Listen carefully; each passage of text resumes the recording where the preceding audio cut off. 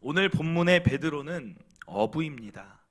그는 밤이 새도록 물고기를 잡으려 했지만 한 마리도 잡지를 못했습니다. 그런데 그때 자신의 배에서 말씀을 가르치고 계신 예수님이 베드로에게 4절 말씀처럼 말씀하시는 거예요. 누가복음 5장 4절에 보면 말씀을 마치시고 시몬에게 이르시되 깊은 데로 가서 그물을 내려 고기를 잡으라. 여기서 분명한 사실 중에 하나는 물고기를 잡는 것에 있어서의 전문가는 누구냐면 어부인 베드로라는 거예요. 물고기 잡는 것에 있어서는 예수님보다 더한 경험과 지식이 있는 자가 바로 베드로였다는 사실입니다. 그리고 베드로는 열정도 있고 노력도 있었어요. 안 해본 게 아닙니다. 밤이 새도록 고기를 잡고자 열심히 노력한 게 베드로였다는 거예요. 그러므로 이 상황을 봤을 때 베드로가 예수님의 말씀을 듣는 것이 합당하지 않다는 거예요. 그러나 오늘 베드로는 예수님께 어떻게 이야기하는가? 5절에 보면 이렇게 얘기합니다. 시몬이 대답하여 이르되 선생님, 우리들이 밤이 새도록 수고하였으되 잡은 것이 없지만은. 무슨 말이에요? 우리가 안 해본 게 아니라 해봤는데 뭔가 고기 잡힐 때가 아닌 것 같습니다라는 의미든지, 아니면 밤이 새도록 수고하여서 지금 너무나 피곤한 상황이어서 또 하고 싶은 상황은 아닌데 라는 의미로 해석할 수 있습니다. 그럼에도 그 다음에 이어지는 베드로의 말은 무엇입니까? 5절에 밤이 새도록 수고하였지만 잡은 것이 없지만 말씀에 의지하여 내가 그물을 내리리이다. 즉 예수님의 말씀에 내가 순종하겠습니다라는 말씀입니다. 그러자 어떤 일이 벌어졌는가? 6절 7절에 보면 그렇게 순종하니 고기를 잡은 것이 심이 많아서 그물이 찢어져 버렸습니다. 이에 다른 배에 있는 동무들에게 막 손짓을 해서 와서 도와달라고 하니까 물고기가 얼마나 많이 잡혔는지 그들이 와서 두 배에 채우는데 배가 잠기게 되었다는 사실입니다. 사랑하는 성도 여러분, 오늘 이 사건을 그저 물고기 잡는 사건으로 우리가 물고기를 많이 잡은 사건이다라고 그쳐질 게 아니라는 거예요. 오늘 말씀에서 우리가 기억해야 될 중요한 핵심은 무엇이냐면, 첫째로 주의 말씀에 의지하여 그물을 내리는 순종을 할 때 하나님이 책임져 주신다는 사실입니다. 만약에 오늘 베드로가 자신의 경험을 앞세워서 목수의 아들인 당신이 나보다 뭘 더 잘 알겠느냐라고 말하면서 예수님의 그 말씀을 듣지 않았다면 어떤 일이 일어났겠습니까? 일평생, 확신하건대 베드로는 일평생 자기 경험과 자기 지식에 갇혀 살았을 거예요. 예수님이 나를 따르라 해도 듣지 않았을 거예요. 그저 일평생 갈릴리 호수의 어부로만 살다 죽었을 것입니다. 그러나 오늘 베드로가 예수님의 말씀에 정말 원치 않았지만 그래도 한번 순종해 보고자 하고 순종했을 때 어떻게 됩니까? 고기가 두 배에 가득 찬 것을 경험하게 되고, 또한 거기서 끝나는 게 아니라 일평생 예수님 따라다니면서 사람 낚는 어부로서의 삶을 살게 되었다는 것입니다. 여기에 순종함의 비밀이 있어요. 무엇이 순종함의 비밀이냐면, 순종하지 아니한 자의 삶은 내 삶을 내 스스로 책임지며 살아야지만, 순종하는 자의 삶은 하나님이 책임져 주시는 삶을 살게 된다는 것입니다. 아브라함 나이가 75세 때 하나님이 찾아오셨어요.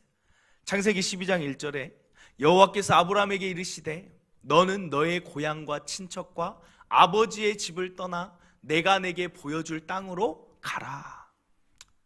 이 당시에 그 고향과 친척을 떠난다는 것은 가장 직결된 문제가 하나 있었습니다. 그게 무엇이냐면 바로 안전에 대한 문제예요. 우리가 여기에서 만약에 부산으로 가서 산다고 해도 아는 사람이 없어서 뭔가 좀 이렇게 조금 그런 염려가 있을 건데, 이 당시에 고향과 친척은 나를 보호해줄 세력이자 울타리인 것입니다. 그런데 거기를 벗어나 떠나라는 거예요. 아브라함이 어떻게 했냐면 그 말씀에 순종해서 떠나게 되었습니다. 그런데 아니나 다를까 문제가 생깁니다. 어떤 문제입니까? 아브라함의 아내의 이름은 사라인데 사라가 얼마나 아름다운지 애굽 땅으로 갔는데 애굽 사람이 애굽 왕 바로가 사라를 아내 삼고자 하는 거예요. 그러니까 아브라함이 자기가 남편이라고 말하면 죽일 것을 알고 아내 사라에게 먼저 말합니다. 너를 누이라고 하라. 내 누이라고 하라 해서 애굽 왕 바로는 깜빡 속아서 아브라함을 사돈으로 여기고 선대합니다. 물질도 주고 낙타도 주고 소도 주고 양도 줍니다. 그런데 그 물질이 아무리 많은들 아브라함이 무슨 소용이 있겠어요? 일평생 같이 하여서 같이 산 아내를 빼앗겼는데 그런 것들이 다 무슨 소용이 있겠냐는 거예요. 하나님 따라서 나왔는데 어려움이 그 가운데 있었다는 것입니다. 그런데 여기서 중요한 사실은 아브라함이 나오게 된 게 지금 왜 나오게 됐어요? 하나님이 가라 해서 하나님 말씀 따라 순종해서 나왔다는 거예요. 그러면 누가 책임져 주시느냐? 하나님이 책임져 주신다는 사실입니다. 하나님이 애굽 왕 바로에게 그 집에 재앙을 내리면서 그 사라를 감히 건드리지 못하게 하고 다시 아브라함에게 돌려보내는 일을 하나님이 하셨다는 거예요. 이런 일이 또 일어납니다.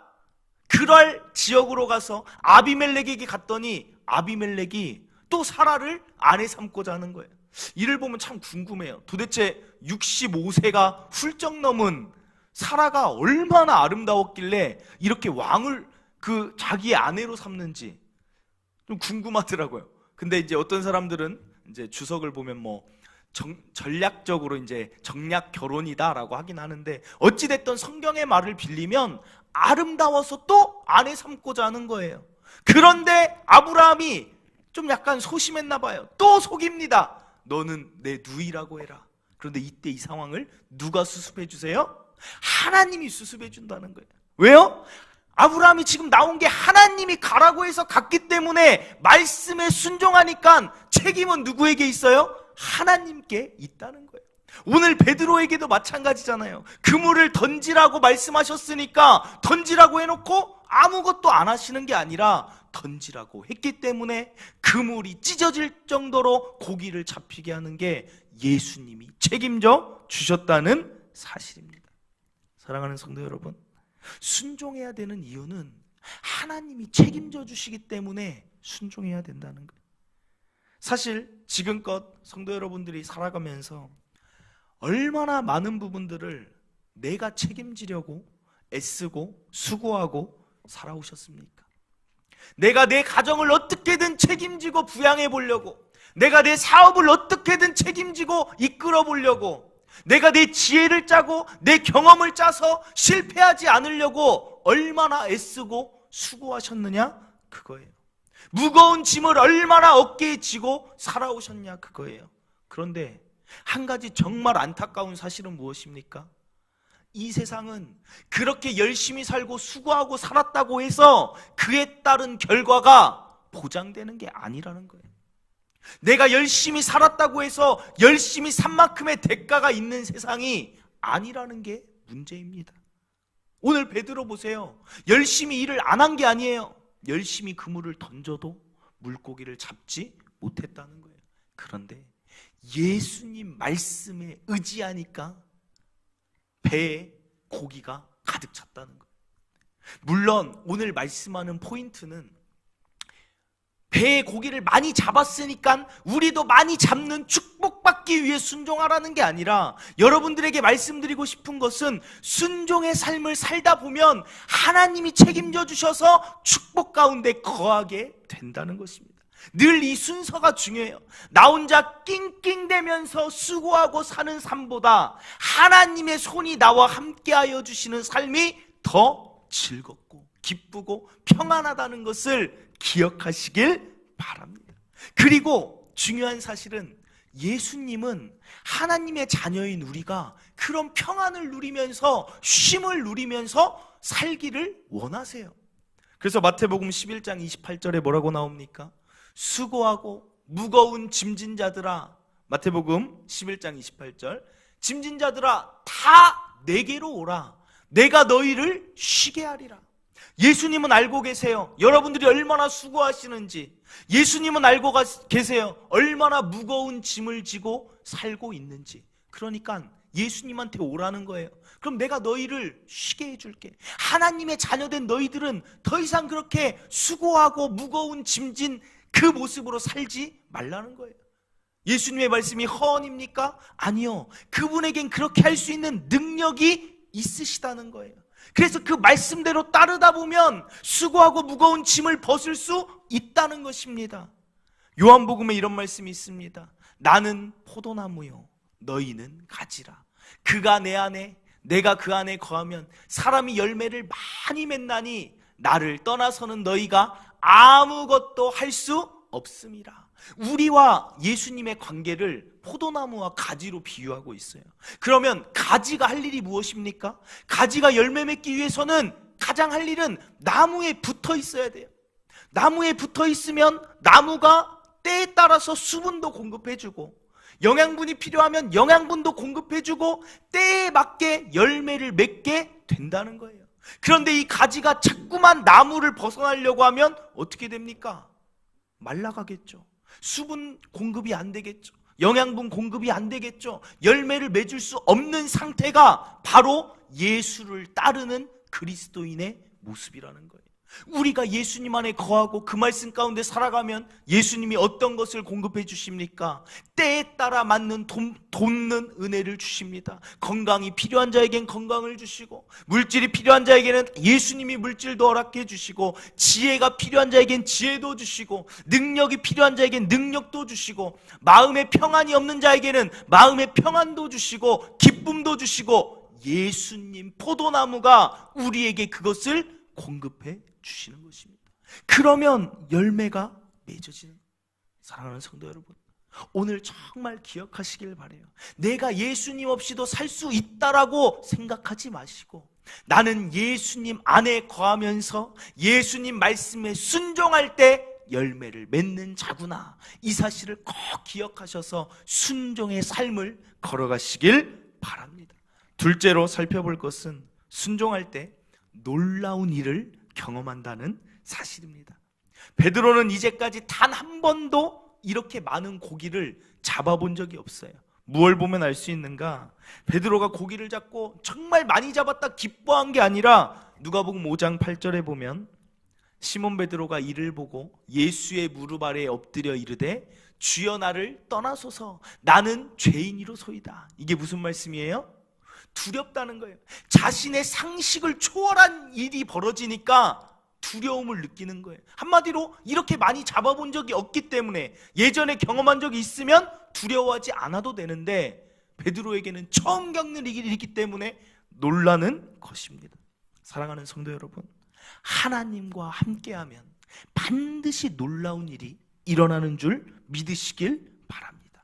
그분의 일하심은 우리의 상식을 초월해요. 그런데 여기서 더 나갑니다. 상식이 아닌 상상을 초월할 때가 있어요. 여리고성이 무너질 줄 누가 알았겠어요? 홍해가 갈라질 줄 누가 알았겠어요? 나병 환자가 나을 줄 누가 알았으며, 눈먼 자가 눈을 뜰 줄 누가 알았겠으며, 죽은 자가 살아날 줄 누가 알았겠으며, 예수님이 3일 만에 부활하실 줄 누가 알았겠습니까? 이를 보건대 하나님과 함께하면 놀라운 일이 벌어지는데 언제나 두 가지가 함께해야 돼요. 하나는 하나님의 능력이, 그리고 하나는 그 하나님의 능력을 믿고 그 말씀대로 순종하는 인간의 순종이 결합될 때는 반드시 그 자리에 기적이 일어난다는 것입니다. 사랑하는 성도 여러분, 아브라함에게도 마찬가지예요. 하나님이 하신 약속 중에 하나가 무엇이냐면, 왜 아브라함이 하나님이 가라 했을 때 갔냐면 그에게 동기가 하나 있었어요. 뭐냐면 내가 너로 큰 민족을 이루게 하겠다. 너에게, 그 말은 뭐예요? 자녀를 주겠다. 그런데 아브라함은 75세까지 자녀가 하나도 없었어요. 그러니까 그 아브라함에게는 모든 것을 다 내려놓고라도 떠날 수 있는 동기가 된 것입니다. 하나님이 나를 통해, 자녀 하나 없는 나를 통해 민족을 이루시겠다고 따라 나갔는데 벌써 25년이 지났어요. 75세에 따라 나갔는데 100세가 됐는데도 자녀가 하나도 없습니다. 사실 이때 아브라함은 약간 포기를 했었습니다. 그래서 뭐라고 얘기하냐면 성경에 이런 표현이 있어요. 경수가 끊어졌다. 사라의 경수가 끊어졌다는 것은 아이를 가질 수 있는 몸이 아니라는 거예요.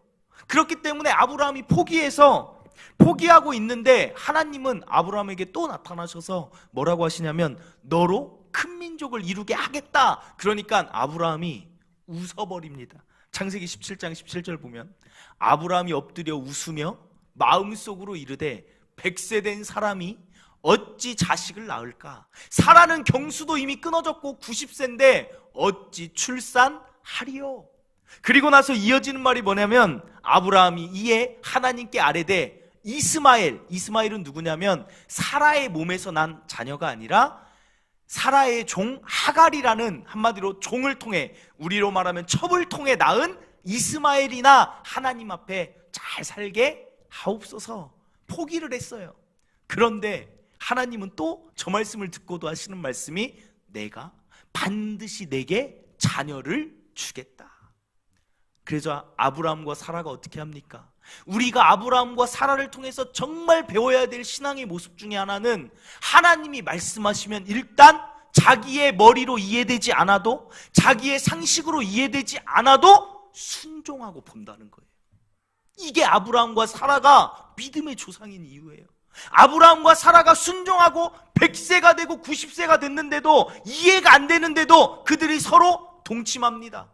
그러자 어떤 일이 벌어집니까? 정말 아이를 낳을 수 없는 사라의 몸에 이삭이란 자녀를 임신하게 되었다는 사실입니다. 사랑하는 성도 여러분, 하나님 앞에는 불가능이 없는 줄 믿으시길 바랍니다. 하나님에게는 능치 못할 일이 없으신 줄 믿으시길 바랍니다. 하나님이 말씀하시는 대로 따라가다 보면 안 될 일이 없어요. 다 하나님이 이루어 주시는 거예요. 절망 가운데 있다 할지라도 하나님이 나에게 약속해 주시고 말씀해 주셨으면 그 일은 이루어진다는 사실입니다. 그러므로 때때로 우리의 삶이 막힐 때가 있어요. 내 삶에 어떤 문제가 올 때가 있어요. 그럴 때는 어디로 가야 되냐면 그 문제를 내가 어떻게 풀려고 하지 말고 하나님 앞에 나와서 하나님께 기도하면서 혹시나 내가 하나님 앞에 불순종한 게 있지 않은지, 혹시나 내가 하나님께 하나님 말씀대로 순종하며 나아가야 되는데 그러지 못한 게 있지 않은지를 점검하셔야 돼요. 하나님 말씀대로 순종하면 경수가 끊어진 상황에서도 아이를 주시는 분이 하나님이신데, 순종이 비밀이라는 거예요. 순종이 형통함의 답이라는 사실입니다. 우리가 무엇에 순종해야 됩니까? 여기 있는 목사의 말에 순종하는 게 신앙이 아니에요. 우리가 순종해야 될 것은 여기 있는 성경 말씀입니다. 여호수아 1장 8절에 보면 이런 말씀이 있죠. 이 율법책을 내 입에서 떠나지 말게 하며 주야로 그것을 묵상하여 그 안에 기록된 대로 다 지켜 행하라. 그리하면 내 길이 평탄하게 될 것이며 내가 형통하리라. 형통할 수 있고 평탄한 길은 다른 데 있는 게 아니에요. 이 말씀을 다 지켜 행하면 된다라는 사실입니다. 그럼 사람들이 어떻게 그걸 다 지켜, 어떻게 그걸 다 행해 라고 이야기할 수 있지만 잘 생각해 보세요. 베드로가 오늘 자기 혼자 열심히 금을 던지는 그 삶은 쉬웠겠습니까? 밤이 새도록 수고하였는데도 한 마리도 못 잡는 그 삶이 쉬웠겠습니까? 아니라는 거예요. 하나님 말씀 순종하고 따라가는 게 나 혼자 세상 짐 다지고 사는 것보다 훨씬 쉽고 즐겁고 평안하고 형통한 길이라는 사실을 믿으시길 바랍니다. 한번 다 지켜보겠다 결단하세요. 먼저 마음에서 못 지켜라고 하면 그 사람은 못 지키지만 내가 못 지키더라도 하나하나 내가 이번 주에 하나라도 지켜보겠습니다. 아니면 이번 연도에 이것만큼은 지켜보겠습니다. 이렇게 순종의 길을 걸어가다 보면 평탄케 하시고 형통케 하신다는 거예요. 그러니까 너무 말씀을 다 지켜 행하라, 저 말씀만 보면 부담이다가 아니라 하나씩 한 걸음씩 내가 할 수 있는 상황에서 하나씩 하나씩 따라가면 된다는 것입니다. 사랑하라 했으면 사랑을 해보고, 용서하라 했으면 용서를 해보고, 나누라 했으면 나누다 보면 하나님의 그 축복과 하나님의 손이 나와 함께 할 거예요. 레위기에 보면 이런 말씀이 있어요. 또 어떤 말씀이 있냐면, 실제적으로 사업하시는 분들에게는 와닿을 수 있는 말씀인데, 저울을 속이지 말라는 말씀이 있어요. 공평한 추와 공평한 저울을 사용해라. 이 말씀 무슨 말이에요? 남을 사업할 때 속이지 말라는 거예요. 정직하게 하라는 거예요. 공평하게 하라는 말씀이 있다는 거예요. 그러나 세상 사업하시는 분들이 어떻습니까? 뭔가는 이익을 더 거두기 위해서는 남을 속여야 돼요. 그리고 뭔가를 잘 포장해서 그럴듯하게 보여야 돼요. 즉 뭔가에 약간의 속임이 있거나 아니면 세상에 편법이 있어야 내 거 이익을 더 남길 수 있습니다. 그러나 하나님의 말씀은 뭐예요? 정직하라. 속이지 말라. 그러면 어떻게 해야 됩니까? 그러나 하나님 말씀대로 해보세요. 그러면 하나님이 그 기업을 책임져 주신다는 거예요. 내 방법으로, 내 편법으로 속이면서 이윤을 추구하는 것보다 하나님의 기업이 되어서 하나님이 축복해 주시는 게 훨씬 낫다라는 것입니다. 혹시 이랜드 아시죠? 이랜드. 저 어렸을 때는 이랜드 주니어를 입으면 사람들이 메이커 입었다고. 그래서 의류회사였어요. 의류회사. 이랜드 주니어, 이랜드. 그런데 그 기업이 2평으로 시작했던 회사래요. 그런데 지금은 어떤 회사로 발전했는지 아세요? 1986년도부터 지금까지 31, 2년 만에 국내 의류 산업 브랜드 1위 54개를 갖고 있고, 거기에는 뉴발란스나 스파오, 믹소라는 게 포함되어 있고, 국내 패밀리 레스토랑 11개, 이것도 1위예요. 가장 많이 가지고 있어요. 애슐리, 그리고 피자몰, 뭐 리미니 레스토랑 같은 거, 그 다음에 호텔, 무슨 레스토랑, 엔터테인먼트, 레저 안 하는 곳이 없을 정도로 확장이 됐다는 거예요. 그래서 2011년도에 이 이랜드 기업의 매출이 얼마인 줄 아세요? 2011년도에 30년 정도 된 회사 매출이 10조래요. 10조. 사람들이 이제는 사실은 의류회사가 한두 개 있었습니까? 얼마나 많은 의류회사들이 있었습니까? 그런데 어떻게 이랜드만 이렇게 발전할 수 있었는가? 라고 사람들이 원인을 분석하기 시작했어요. 그러다 발견한 게 뭐냐면, 이 기업이 처음 설립했을 때 분명한 목표가 하나 있었습니다. 그 목표가 무엇이냐면 바로 우리 이랜드 회사는 하나님 말씀대로 정직을 지키면서 하나님 말씀에 순종하면서 사업을 하는 게 이 이랜드라는 회사가 만들어진 목표라는 거예요. 그리고 돈을 버는 것이 목적이 아니라 돈을 벌었을 때 어떻게 나누는가가 이들이 고민했던, 설립했던 그 목표 중에 하나였다는 거예요. 그래서 3가지 중심을 그 목표 가운데 적었어요. 첫 번째 목표가 하나님 중심이에요. 우리 기업은 하나님 중심이다. 우리 회사 제1의 사업 목적은 하나님 뜻을 이루는 것이다. 코람데오라고 합니다. 하나님 앞에서 일하는 것처럼 일하자. 사람을 두려워하지 말고 하나님을 두려워하자. 부정부패, 불의를 멀리하자. 타협하지 말자. 청지기 의식을 갖자. 내 인생의 내 소유물이 내 것이 아니라 하나님의 것임을 늘 인정한다. 결과 이상으로 과정을 중요시 여기고 돌아가더라도 바른 길을 간다. 하나님 중심. 그리고 또 하나, 2번째 목표가 이들이 믿음 중심이었어요. 그래서 염려하지 않는다. 염려가 될 때는 기도하고 맡긴다. 그리고 기도했을 때 필요한 것은 하나님이 주실 것이고 불필요하면 하나님이 안 주실 것이다. 그러므로 사업을 하는데도 이 사람들은 염려를 안 하는 믿음을 가지고 사업을 했다는 거예요. 그리고 염려될 일이 있으면 기도하고 맡기고 하나님이 이루어 주시면 이것은 우리 기업에게 필요하니까 이루어 주시는 거고 믿음으로 나아갔다는 거예요. 그리고 3번째가 뭡니까? 말씀 중심. 우리 회사의 모든 제도의 기준은 성경 말씀이다. 성경 말씀이 행하라고 한 건 하고 금하신 것은 우리는 하지 않는다.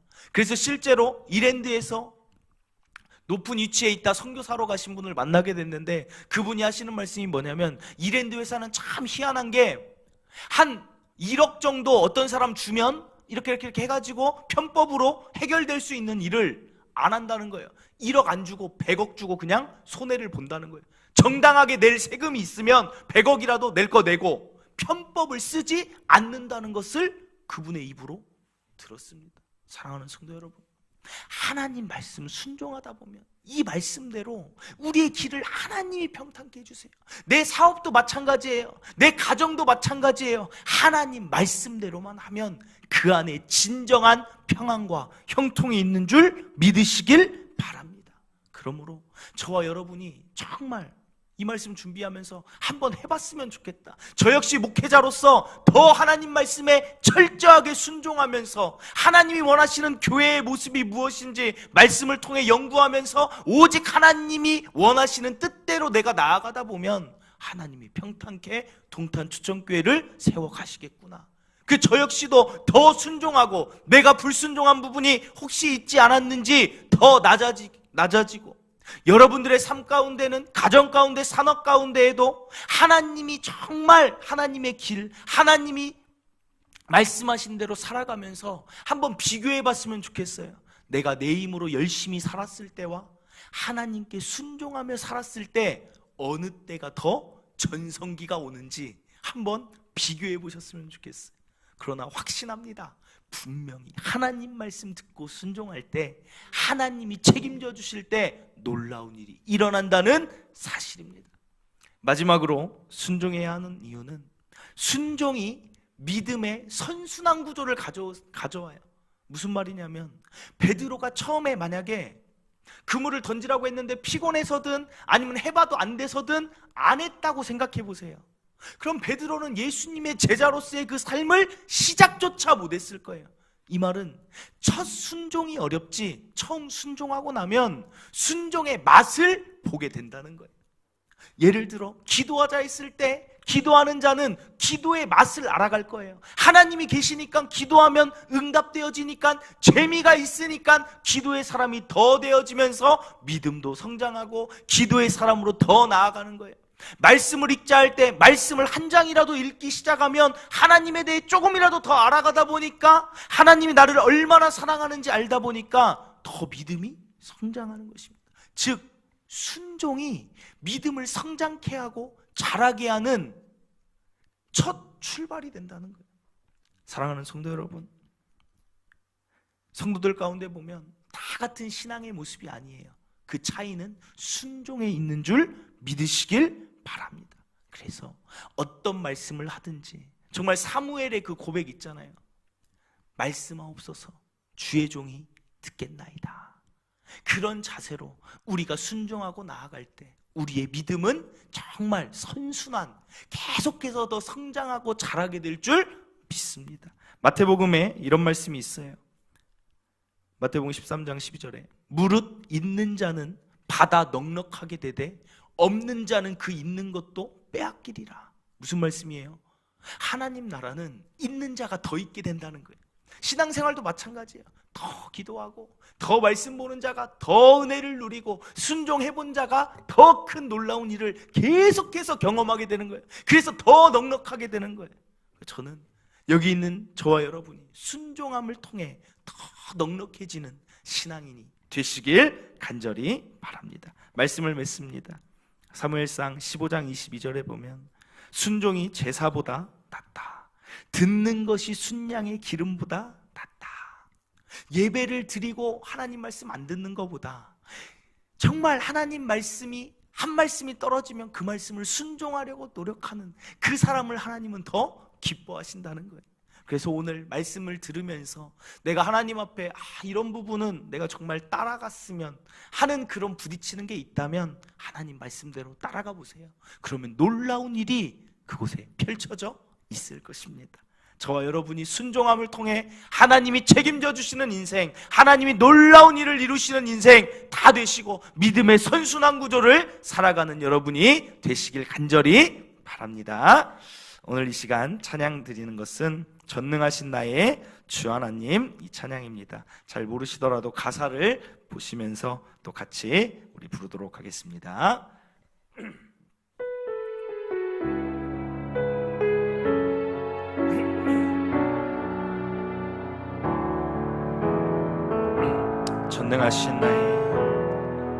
전능하신 나의 주 하나님을 능치 못하실 일 전혀 없네. 우리의 모든 간구도, 우리의 모든 생각도, 우리의 모든 꿈과 모든 소망도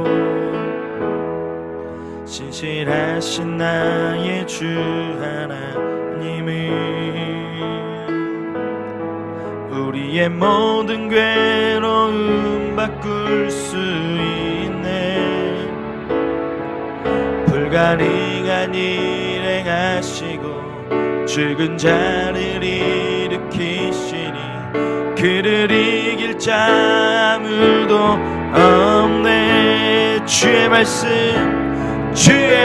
의지하여 깊은 곳에 금을 던져 오늘 그가 놀라운 일을 이루시는 것 보라. 주의 말씀 의지하여 믿음으로 금을 던져 믿는 자에게 능치 못함 없는. 우리 다시 한번 전능하신 나의 주 하나님은 능치 못하실 일 전혀 없네. 우리의 모든 간구도, 우리의 모든 생각도, 우리의 모든 꿈과 모든 소망도 신실하신 나의 주 하나님은 우리의 모든 괴로움 바꿀 수 있네.